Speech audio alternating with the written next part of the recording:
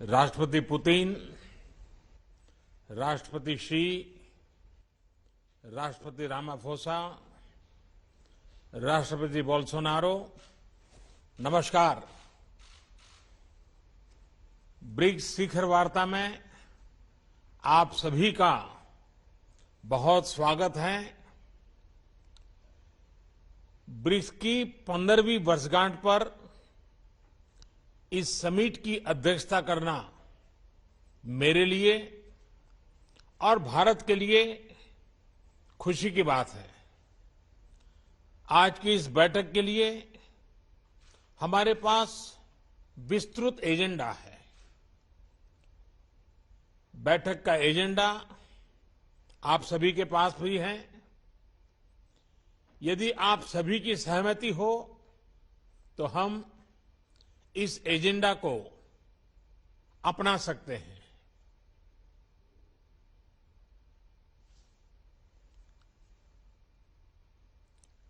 Agenda को स्वीकार किया जाता है। एक्सेलेंसीज, एजेंडा के पारित होने के बाद हम सभी संक्षिप्त में अपने ओपनिंग रिमार्क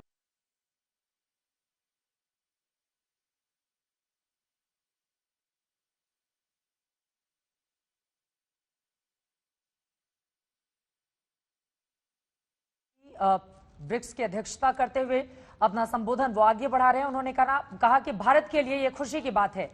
और फिर बारी बारी से आप सभी महानुभावों को आमंत्रित करूंगा। एक्सेलेंसीज, भारत की अध्यक्षता के दौरान हमें सभी ब्रिक्स पार्टनर्स में और सभी से भरपूर सहयोग मिला है और इसके लिए मैं आप सभी का बहुत बहुत आभारी हूं। पिछले 1.5 दशक में new development bank, contingency reserve arrangement और एनर्जी रिसर्च कोऑपरेशन प्लेटफॉर्म जैसी मजबूत संस्थाओं का सृजन किया है। निसंदेह गर्व करने के लिए हमारे पास बहुत कुछ है, मगर यह भी महत्वपूर्ण है कि हम आत्मसंतुष्ट न हो और हमें यह सुनिश्चित करना है कि ब्रिक्स अगले 15 वर्षों में और परिणामदायी हो। भारत ने अपनी अध्यक्षता के लिए जो थीम चुना है वह यही प्राथमिकता दर्शाता है। BRICS at 15, intra BRICS cooperation for continuity, consolidation and consensus. ये 4 सी एक प्रकार से हमारी ब्रिक्स भागीदारी के मूल सिद्धांत है। इस वर्ष कोविड की व्यवस्थाओं के बावजूद 150 से अधिक ब्रिक्स बैठकें और कार्यक्रम आयोजित किए गए, जिनमें से 20 से अधिक मंत्री स्तर पर थे। परंपरागत क्षेत्रों में सहयोग बढ़ाने के साथ हमने ब्रिक्स एजेंडा का विस्तार करने का भी प्रयत्न किया। इस संदर्भ में इस साल ब्रिक्स ने कई फर्स्ट हासिल किए, यानी कई चीजें पहली बार हुई। हाल ही में पहले ब्रिक्स डिजिटल हेल्थ सम्मेलन का आयोजन हुआ। टेक्नोलॉजी की मदद से हेल्थ एक्सेस बढ़ाने के लिए यह एक इनोवेटिव कदम है। नवंबर में हमारे जल संसाधन मंत्री ब्रिक्स फॉर्मेट में पहली बार मिलेंगे। यह भी पहली बार हुआ कि ब्रिक्स ने मल्टीलेटरल सिस्टम की मजबूती और सुधार, इस पर एक साझा पोजीशन ली। हमने BRICS counter terrorism action plan भी एडॉप्ट किया है। हमारी अंतरिक्ष एजेंसियों के बीच रिमोट सेंसिंग सैटेलाइट कॉन्स्टेलेशन समझौते से सहयोग का एक नया अध्याय शुरू हो रहा है। हमारे कस्टम्स विभागों के बीच सहयोग से इंट्रा ब्रिक्स व्यापार आसान होगा। एक वर्चुअल नेटवर्क के रूप में ब्रिक्स वैक्सीनेशन अनुसंधान और विकास केंद्र शुरू करने पर भी सहमति बनी है।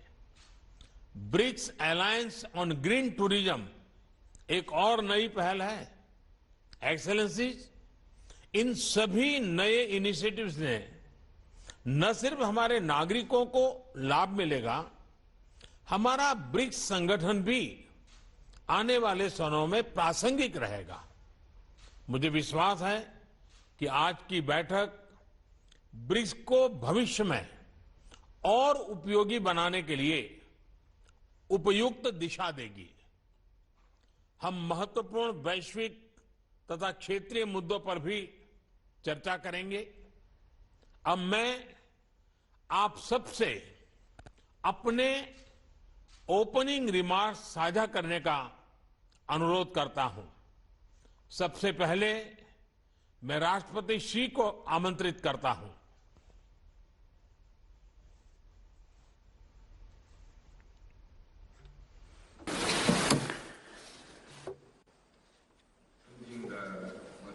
Your Excellency Prime Minister Modi, Your Excellency President Ramaphosa,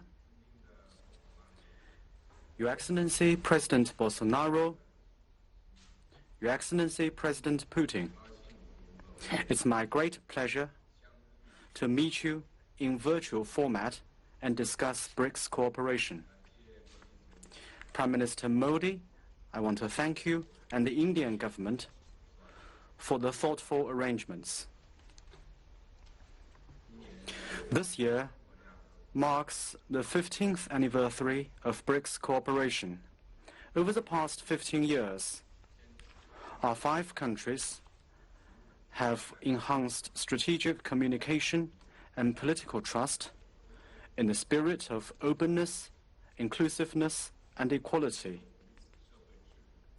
respected each other's social system and development path, and explored a sound way for countries to interact with each other.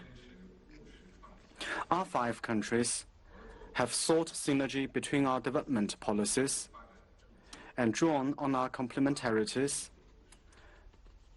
We have made solid progress in various areas of cooperation in the spirit of pragmatism, innovation, and win-win cooperation, and we have forged ahead on our common journey of development.